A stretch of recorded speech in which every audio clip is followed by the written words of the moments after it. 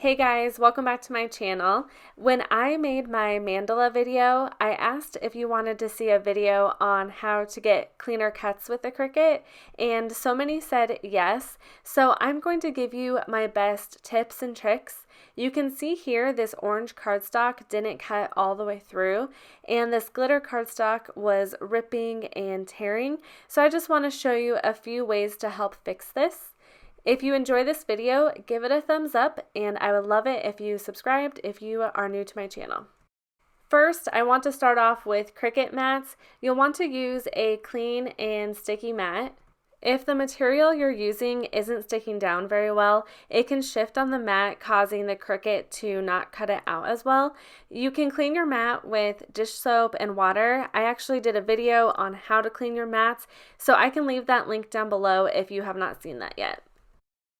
I also love my brayer tool. It really helps press the material into the mat so it sticks down better.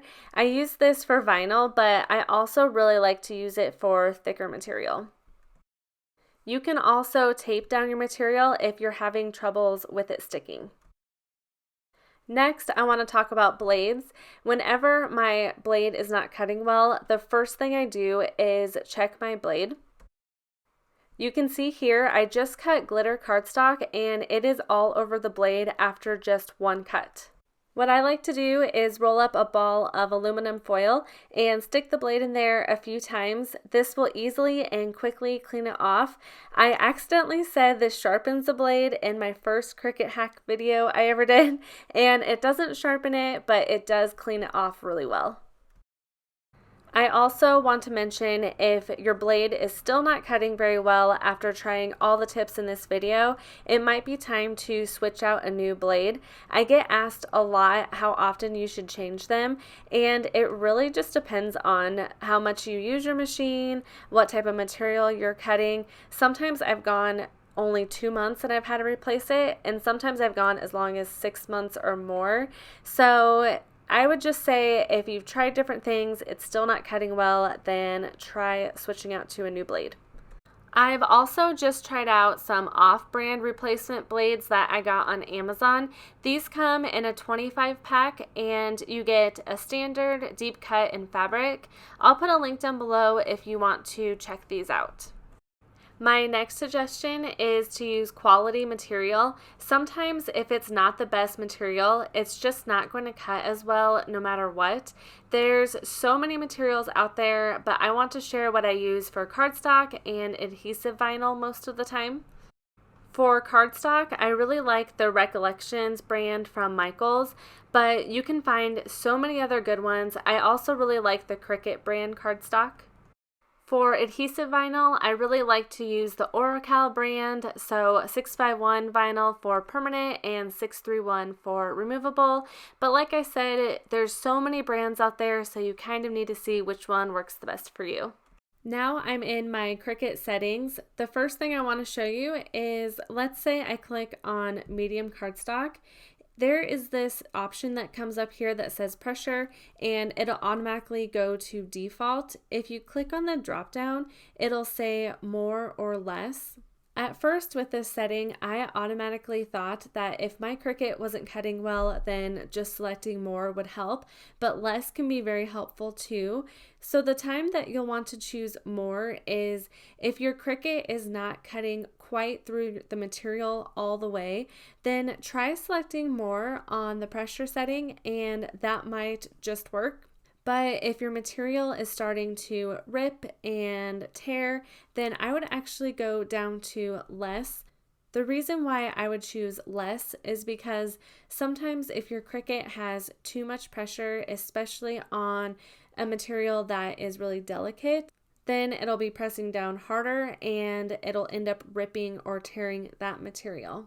If the Cricut's still not quite cutting out how you want it, what you can do is click on this medium cardstock. If you're on an Explorer Air 2, all you have to do is adjust your dial to custom, then you'll get all of these settings here.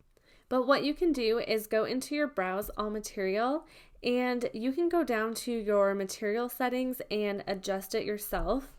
So I'm going to click on material settings. Here you can see my maker custom materials pop up, and if you have an Explorer or Cricut Joy, it'll pop up with what it can cut. I'm just going to scroll down and choose a random setting. Let's say we're using the copy paper setting. You can go over here and click edit. I was really nervous to do this for a long time. I did not want to adjust any of the settings, but it can help. So let's say your Cricut isn't cutting all the way through your material. What Cricut recommends to do is increase your setting by 2 to 4 increments. And this may need to be done 2 to 3 times, but first you'll start off with 2 to 4. So I'm going to come over here and let's say I just do 4. So I'm going to hit the plus sign, or you can drag it over. Okay, so I just brought it up 4. Then you'll just hit save and then scroll all the way down and hit done. What I would do next is do a test cut instead of cutting out your whole design. I like to use a shape for a test cut, and I usually use a star because it has those pointed edges, so then you can really make sure it's cutting it out well. And like I said, if it's still not cutting through with the test cut, then you may need to go back in and increase it more. I'm going to go back down to my material settings and go back to that. I'll click on edit again. To bring it back to what it originally was set at, all you have to do is hit reset. Then it'll click out of it. Then you can go back in by clicking edit again, and you can see it's down to 113. So now if your Cricut is ripping and tearing, instead what Cricut recommends is to decrease your settings by 2 to 4 increments. So I'm just going to do that. Then you would just hit save again and try a test cut again. And once again, you may need to do this 2 to 3 times depending on your test cut. I'm just going to hit cancel and I'll scroll down and hit done. You might just have to play around with what settings you use or work for other people.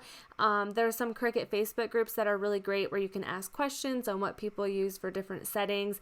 And also, for an example, for 65-pound cardstock, I found that it works better to use the medium cardstock setting even though I'm using 65-pound.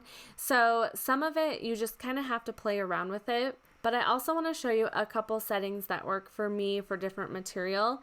If I'm using cardstock and it's something pretty intricate and it's not wanting to cut very well, if you go to Browse All Materials and type in cardstock, there's an option, cardstock for intricate cuts.